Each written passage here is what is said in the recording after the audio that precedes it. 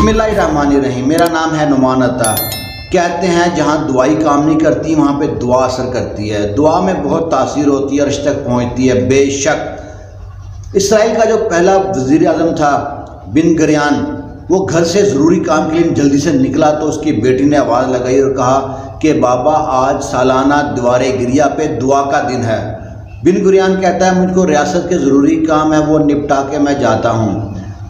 बेटी ने कहा बाबा क्या सालाना द्वारे गिरिया पे दुआ से भी ज़रूरी को काम हो सकता है।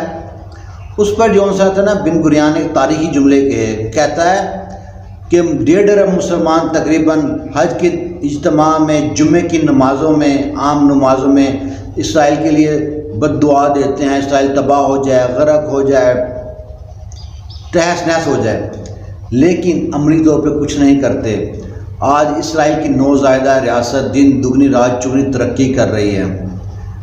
ये लाखों की रियासत, वो 1.5 अरब मुसलमान को मुकाबला है, क्योंकि वो अमली तौर पे भी काम कर रहे हैं। यहूदी हम लोग सिर्फ दुआओं पे बात करते हैं, अमली तौर पे काम नहीं कर रहे। सिर्फ दुआएं होती ना तो जंग बदर इस्लाम का पहला मार्का वो ना होता, जंग खंदक बाकी जंगें ना होती, अमली तौर पे भी काम करना पड़ता है।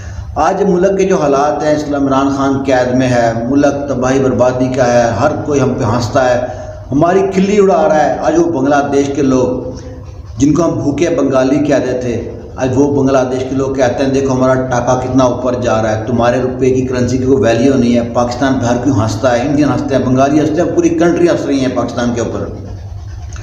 जिस टके को खलीलुर रहमान कमर ने डायलॉग रखा था ना, 2 टके की औरत, वो टका भी पाकिस्तानी करेंसी से बहुत ऊपर चला गया, डबल से भी ज़्यादा ऊपर है। क्योंकि हम लोगों ने एटम बम बनाने में, असला बनाने में, हर चीज़ बनाने में ध्यान दिया, मुल्क बनाने पे ध्यान दिया ही नहीं। अगर मुल्क बनाने पे ध्यान दिया तो आज हमारे मुल्क का भी नाम होता। हम भी दिल खोल के कहते हैं पाकिस्तान जिंदाबाद। आज पाकिस्तान जिंदाबाद कहते भी दिल दुखता है कि ये वही पाकिस्तान है जिसके लिए नारे लगाए थे, बन के रहेगा पाकिस्तान। पाकिस्तान का मतलब क्या, ला इलाहा इल्लल्लाह। ये वो पाकिस्तान तो नहीं था। आज इसके ज़िम्मेदार हम जजों को, जर्नलों को, सियासतदानों को, ब्यूरोक्रेट्स के और मुल्लाओं को, सबको लगाते हैं। इसके ज़िम्मेदार हम खुद भी हैं।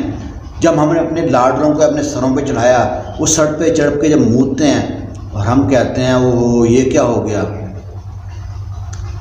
हम लोग जब तक सुधरेंगे नहीं, हमको सियासतदान भी इस तरह के मिलते रहेंगे। सियासतदान कोई भी हो, आपका लीडर हो, उसकी गलत बात को गलत कहो, सही बात पे सही कहो, हर बात पे सर तस्लीम खम नहीं करना।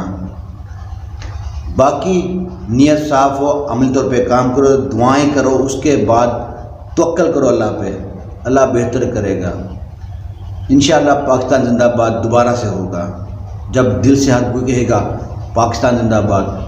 ना इमरान खान गलत था, ना नवाज शरीफ, ना जरदारी, लेकिन कुछ तो गलत था ना जिसकी पर्दादारी है। क्योंकि बात खुल के करें तो ख्वाब में बिगड़ डाले आते हैं। तो बेहतर है कि आप लोग खुद समझ जाएं, अमली तौर पर कुछ काम करें। पाकिस्तान जिंदाबाद।